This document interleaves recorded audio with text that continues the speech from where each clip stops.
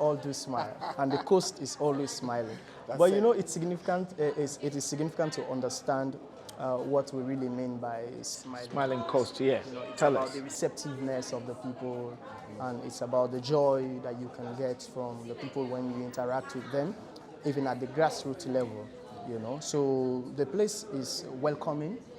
I think hospitality, which is very important, it signifies smiling coast. Yes, hospitality.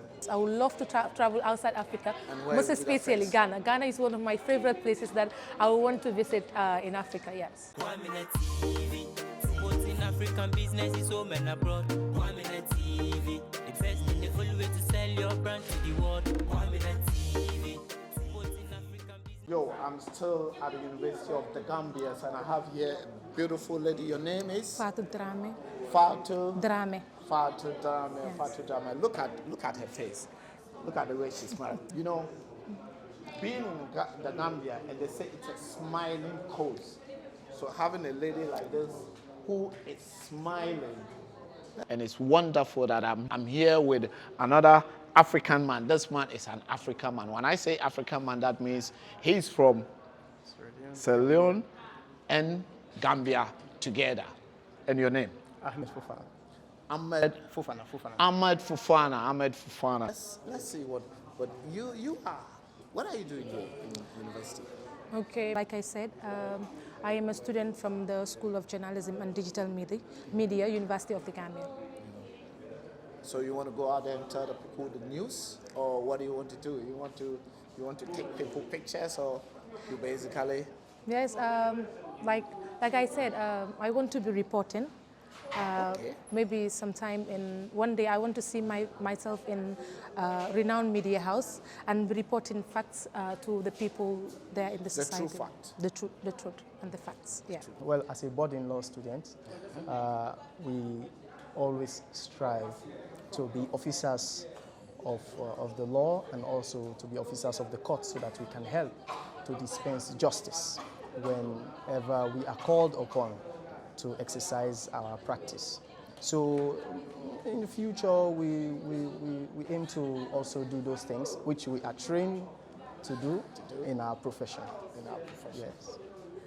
You want to defend the law, the criminals, and you want to defend the innocent people also who were wrongly accused, isn't it? The law presumes people to be innocent unless being proven otherwise. Yeah. So you can defend anybody you think is defensible, and in fact everybody is defensible. So whosoever that comes to you as a client, you take. Yes. How long have you been Gambia? Well, I've been here for quite a while. Since, Were you born here? No, I wasn't born here. You wasn't born here? Yeah. Mm-hmm. Okay. Yeah. But I've stayed there for quite a while now, about 10, 15 years. What makes Gambian women different? What do you think someone may see in a Gambian woman? I think it's the beauty and the smile. Like the name goes, the smiling coast of Gambia. So I think our smiles is what, and our, I think our smiles, basically I would say just our smiles is what makes us unique from the rest of the others, yes. So. Well, one as a Gambian is a very beautiful place to live. And that's why, exactly. Do you smile as well? Definitely, we all do smile, and the coast is always smiling. It's significant. It is significant to understand what we really mean by smiling coast. Yes, it's about the receptiveness of the people, and it's about the joy that you can get from the people when you interact with them, even at the grassroots level. So the place is welcoming. I think hospitality, which is very important, it signifies smiling coast. Yes, hospitality. I would love to travel outside Africa, most especially Ghana. Ghana is one of my favorite places that I would want to visit in Africa, yes. The first place you want to visit in Africa is Ghana. Just 4 hours from here. Yes, I would really love to go to Ghana. I've had so many experiences with so many people from Ghana. Some of my favorite teachers from primary to junior school are Ghanaians. I have been taught discipline by Ghanaian teachers, so I have a lot to experience from the people of Ghana when I go there. Can you date a Ghanaian? I can date a Ghanaian. Right, I can date a Ghanaian. I don't mind, yeah, right. You don't mind it? Yeah, I don't mind it because of the discipline in the Ghanaian culture. Because I remember when I went to my junior school for the first time, the way I greeted teachers was different from the way some other Gambians greeted their teachers. Some of my teachers at my junior school will say, "Fatu, come here." It's like, have you attended? Were you attending a primary school that is owned by Ghanaian? I would say yes.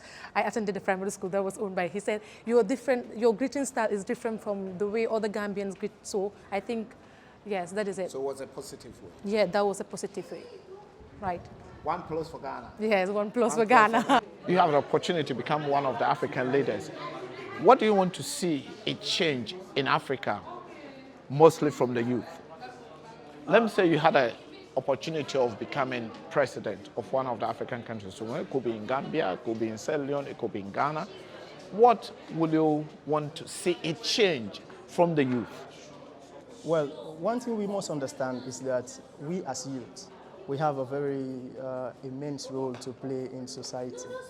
One is to be serious about ourselves and also to take whatever we intend to do very seriously, so that will not bar us from maybe participating in elections or maybe making ourselves available to contest elections. So in the future, for some of us, we have this desire to go into politics. Not only about what you're asking, but it's about a strong desire to serve.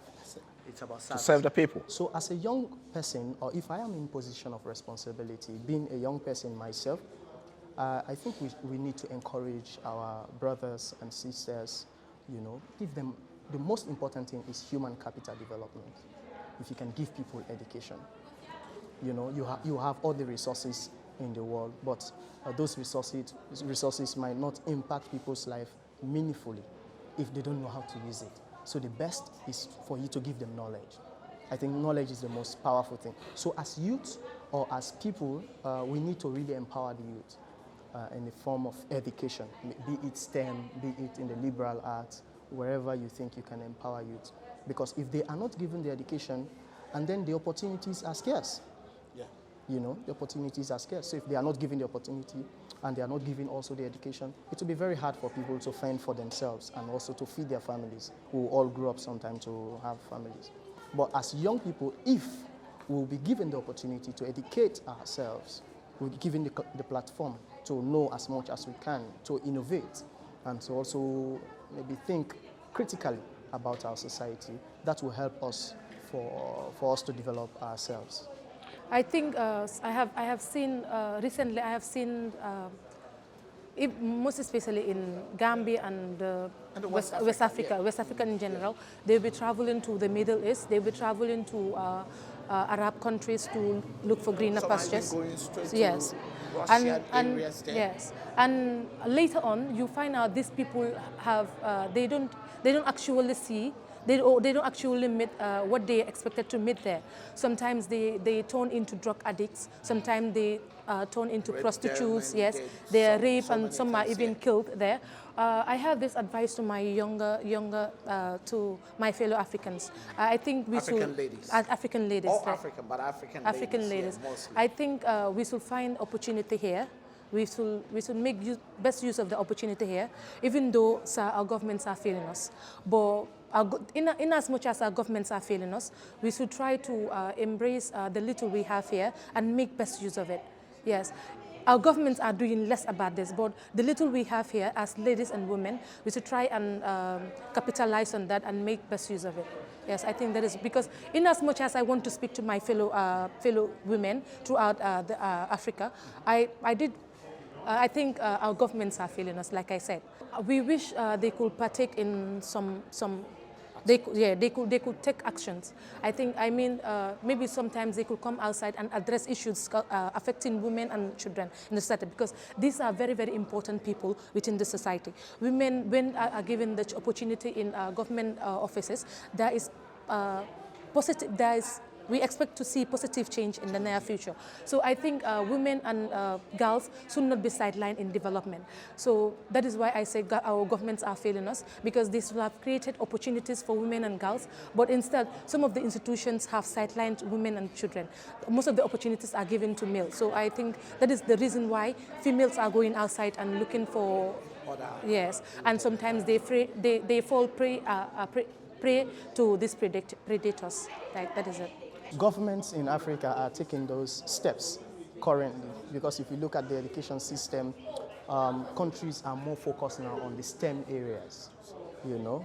Initially, of course, the white people, historians will tell you, came not to give us maybe the education that will make us to be innovative, but they gave us education that will make you to be writers, maybe, you know, collectors or custom officers to just collect tax, and then you, so, and also the languages, because their idea was, let these people speak my language, be it the direct rule or the indirect rule, you know. So, but the shift has to come now, wherein as young Africans or as leaders, they should begin to think about innovation, because that is what is transforming Europe, America, and the rest of the world. China. Exactly. So if we are innovative enough for us to change our curriculum, you know, and then include subjects like civic education, because people have to know their rights, people have to know their responsibilities.